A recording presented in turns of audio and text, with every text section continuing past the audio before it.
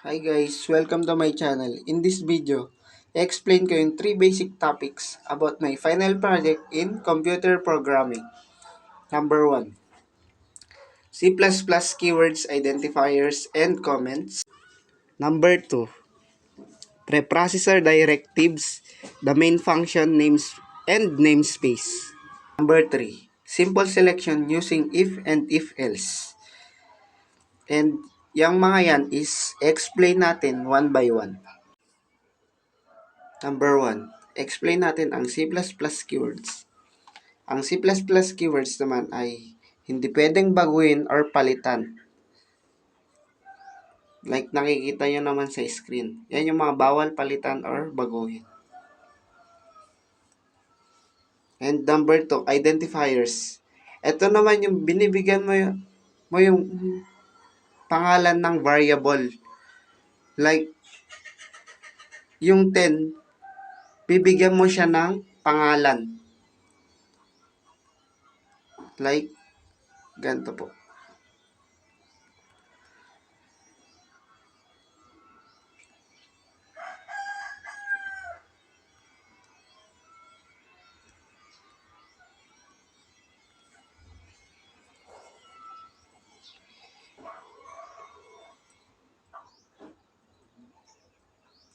Yan po.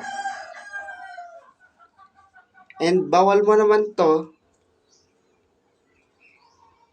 itong pangalan, bawal mo na lagyan to ng numbers kasi hindi po ito magra-run.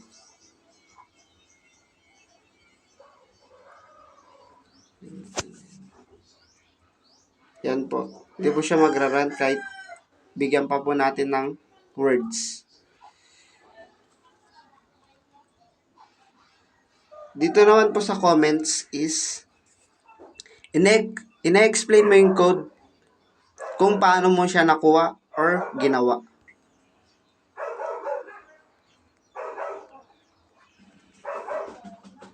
Yan po.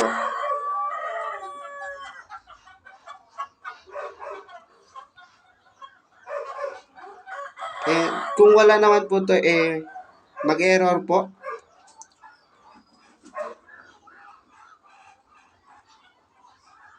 Yan po.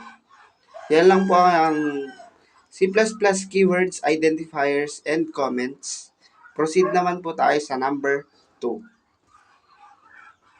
Number 2, preprocessor directives, the main function and namespace.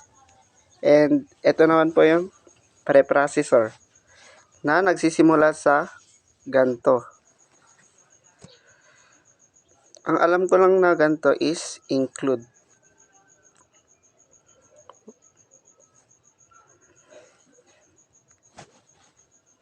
Ginagamit ang include para sa libraries. Para sa iOS stream.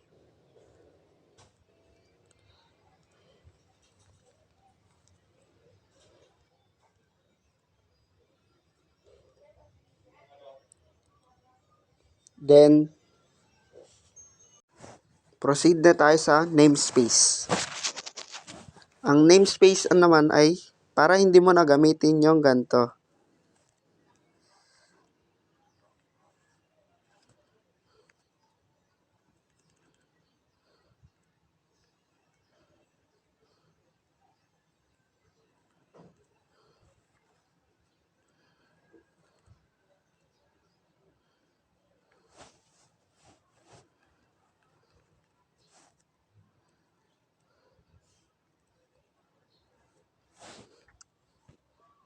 Ang namespace naman is malaking bagay ito sa coding.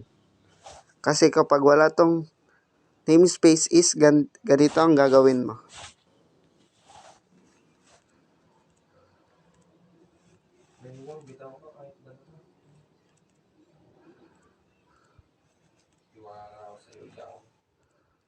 Yang 1, bira mo sa 3.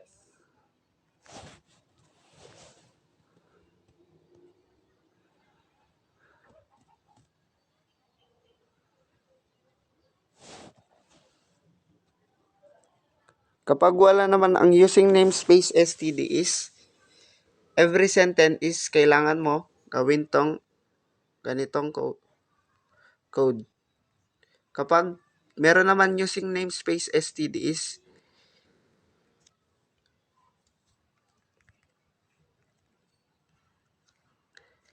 hindi mo na gagawin yung ginawa kanina.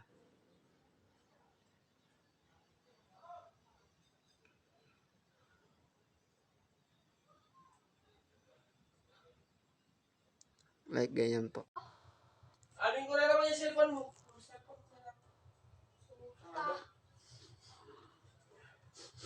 Okay, may muna. Ang main function naman is bawal to sa labas. Kasi hindi niya maproprogram ito. Like ganito po, mag-error. Dapat po nasa loob lang po siya ng main function.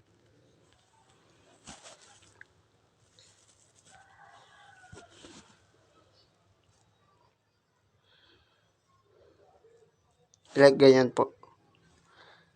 Then proceed na tayo sa number 3. Dito naman tayo sa number 3. Simple selection if and if else. Ang if naman ay ginagamit kapag nagde-decide naman ang program. If ang ibig sabihin is may chine-check. Kapag if ang nilagay mo dito sa program is dapat true,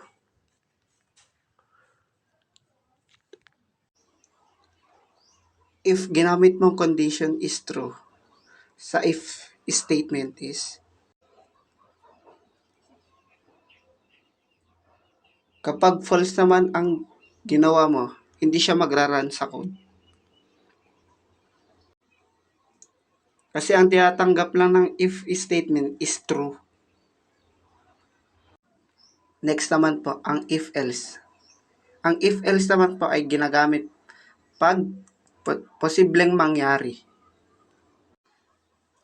Kapag true naman ang nakalagay sa code, sa if else, ang if ang gagana. Hindi po gagana ang if else. If false sa condition niya. Kasi kapag if false,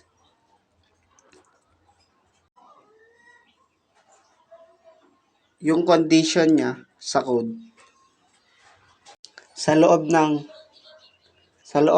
if else, yung else yung gagana. Ito, bibigyan ko na lang kayo ng example. If number is greater than 0,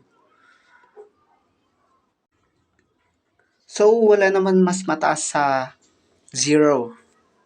Like this. Opya.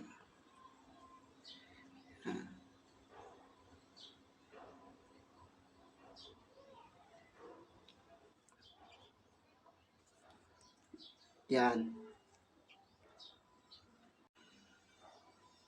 Kapag negative naman ang ilalagay ko, magiging negative.